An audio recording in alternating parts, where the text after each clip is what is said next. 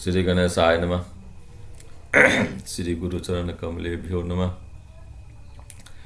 मैं डॉक्टर उमेश झा, ज्योतिष प्राध्यापक, कीर्तनारायण कामाख्या संस्कृत महाविद्यालय, मारेल, मधुबनी। आज दिनांक 10 दिसंबर 2020 ईस्वी को कक्षा प्रारंभ करने जा रहा हूँ। तो आज का कक्षा है शास्त्री प्रथम खंड ज्योतिष गणित प्रतिष्ठा विषयक छात्राओं के लिए निर्धारित पाठ्य ग्रंथ लीलावती अभिन्न परिक्रमाष्टक प्रकरण के अंतर्गत गुणने पंचधा गुणने करण सूत्रम में चतुर्थ और पंचम प्रकार का पाठ प्रारंभ करते हैं। इससे पूर्व की कक्षा में हमने प्रथम प्रकार, उसके बाद की कक्षा में द्वितीय और तृतीय प्रकार से गुणन सूत्र की उत्पत्ति को दर्शाए हैं, पाठ किए हैं, कक्षा किए हैं। तो आज का कक्षा है गुणन के चौथे प्रकार, चतुर्थ प्रकार और पंचम प्रकार। तो ग्रंथकार का सूत्र है चतुर्थ प्रकार में श्रीमान भास्कर आचार्य के द्वारा निर्देशित सूत्र है। द्विधा भवेद रूप विभाग एवं स्थानै पृथग वा गुणितः समेतः। द्विधा भवेद रूप विभाग एवं स्थानै पृथग वा गुणितः समेतः।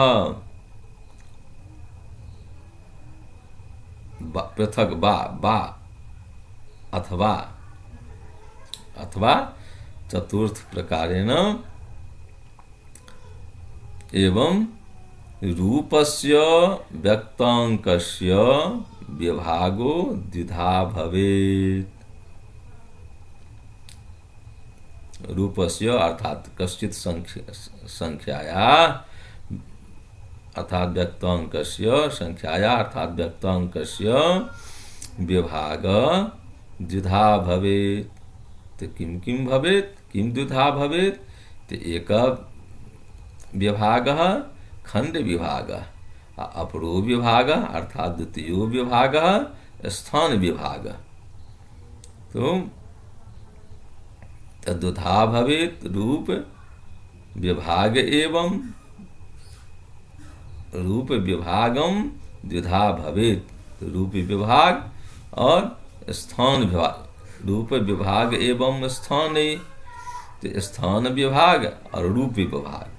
तो एक खंड विभाग और द्वितीय स्थान विभाग। अतः स्थानै माने पृथक पृथक स्थानीयांकै गुण्यो गुणितः समेतः अर्थात स्थानांतरेण युक्तः तो फलम भवति, तो फलम जायते। अर्थात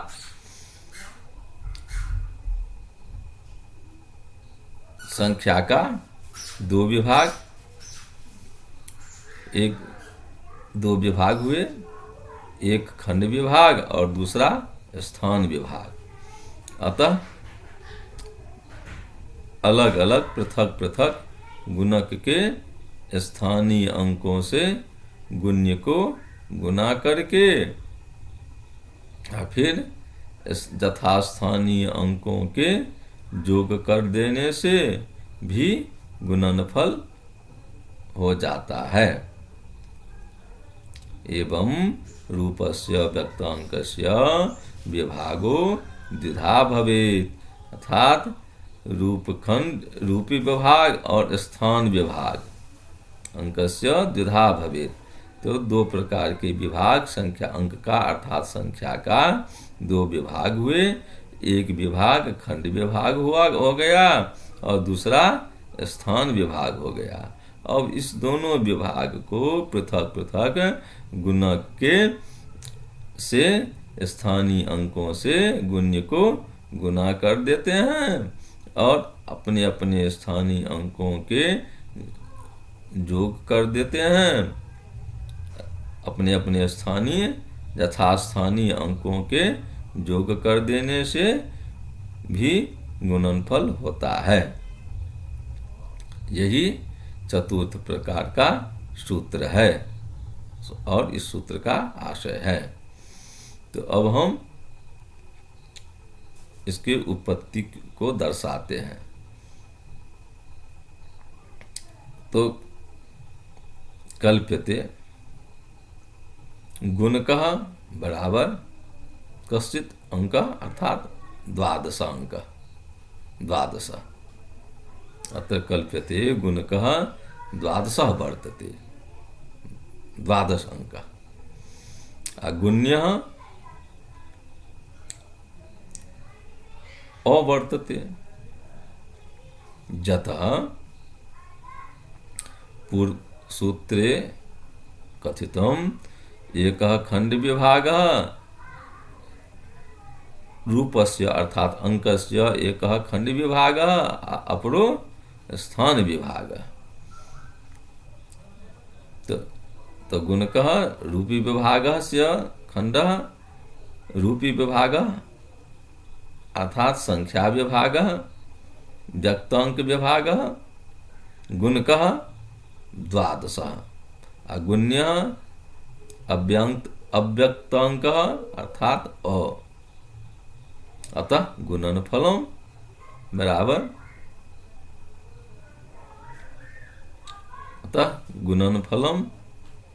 बराबर 12 गुणे अ अर्थात 12 गुणे अ अर्थात 12 अ। अस्य द्विधा कार्यः द्विधा क्रियते तदा खंड विभागेन द्विधा खंड विभागांतर्गते द्विधा कृतः। तो 10 अ जोड़ 2 अ बराबर 10 2 12 अ इति व्यक्त गुणकस्यैव यतः रूपस्यैव स्थान विभागो भवितुमर्हति। अतएव रूपी विभागः द्विधा भवेत् इत्युक्तं ग्रंथकारेण स्वसूत्रे चतुर्थ प्रकारे सूत्रे उक्तवान। तो आज हमने गुणक के चौथे प्रकार का सूत्र और इसकी उत्पत्ति का पाठ कक्षा किया। अब इसके आगे पंचम प्रकार से गुणन की जो सूत्र है अब उसको हम दर्शाते हैं। तो पंचम प्रकार से ग्रंथकार के द्वारा सूत्र निर्दिष्ट है। इष्टोन युक्तेन गुणेन निघ्नो भिष्टघ्न गुण्यान्वित वर्जितो वा। इष्टोन युक्तेन गुणेन निघ्नो भिष्टघ्न गुण्यान्वित वर्जितो वा। वा अर्थात अथवा वा यानी अथवा पंचम प्रकारेण इष्टोनेन गुणकेन गुण्यो निघ्नः।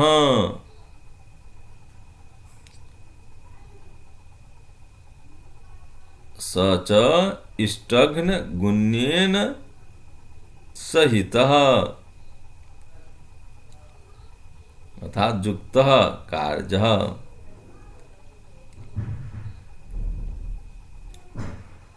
अथवा इष्टयुक्तेन गुणकेन गुण्यो निघ्नः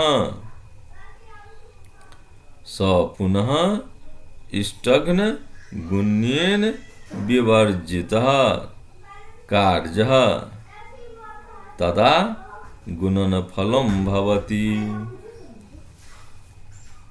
अर्थात पांचवा प्रकार से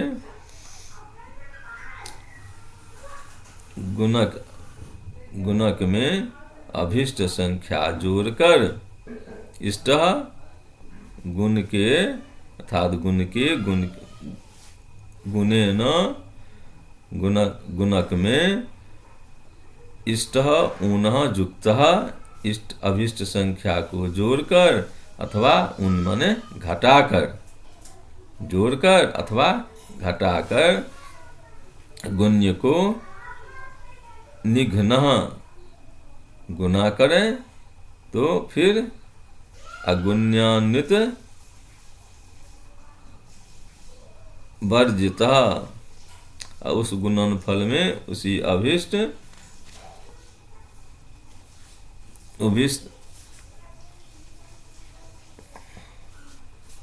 अभिष्ट संख्या से गुणित गुण्य को क्रम से जोड़ देने से और घटा देने से वास्तव गुणन फल हो जाता है।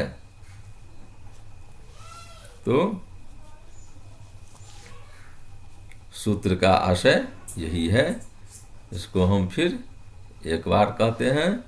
इष्टोन युक्तेन गुणेन निघ्नो अभिष्टग्न गुण्यान्वित वर्जितो वा अथवा पंचम प्रकार से गुणक में अभिष्ट संख्या जोड़कर इष्ट युक्त ऊनः कार्य इस संख्या को युक्त करके और घटा करके और इस घटा करके गुण्य को गुना करें। फिर गुणन फल में उसी अभिष्टग्न गुण्यान्वित वर्जित फिर उस गुणन फल में उसी अभिष्ट गुणक अभिष्ट संख्या से गुणित गुण्य को क्रम से जोड़कर और घटाकर वास्तव गुणनफल प्राप्त करते हैं। वास्तव गुणनफल हो जाता है। यही इस सूत्र का आशय है, यह अर्थ है। अब इसको हम फिर उत्पत्ति की ओर चलते हैं। तो उत्पत्ति में कल्प्यते गुण्य बराबर अ गुण का बराबर क। तो गुण्य बराबर अ गुण का बराबर क। अतः गुणन फलम माने गुफ बराबर अ गुणे क।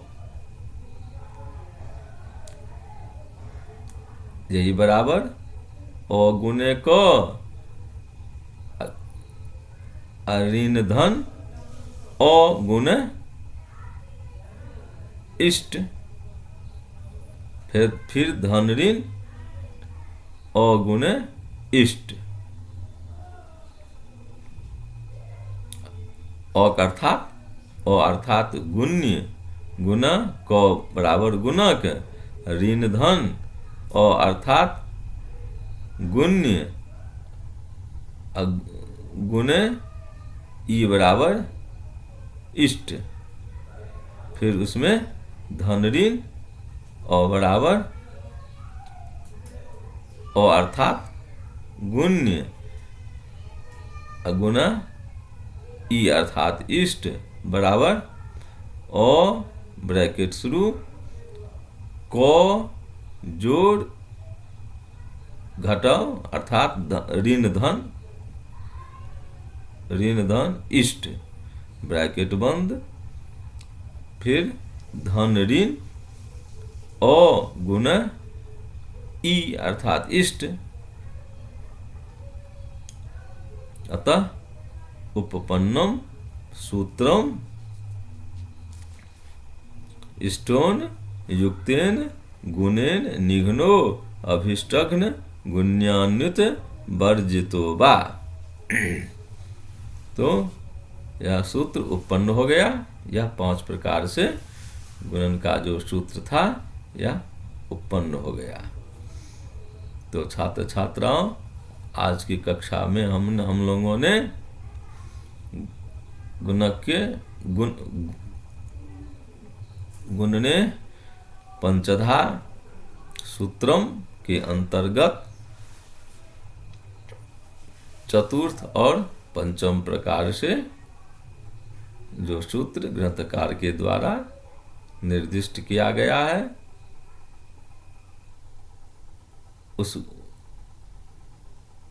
उसमें हम लोगों ने पाठ किया, उसका हम लोगों ने पाठ किया, समझा। तो आज के पाठ को हम यहीं पर विराम देते हैं। अस्तु, जयतु संस्कृतम।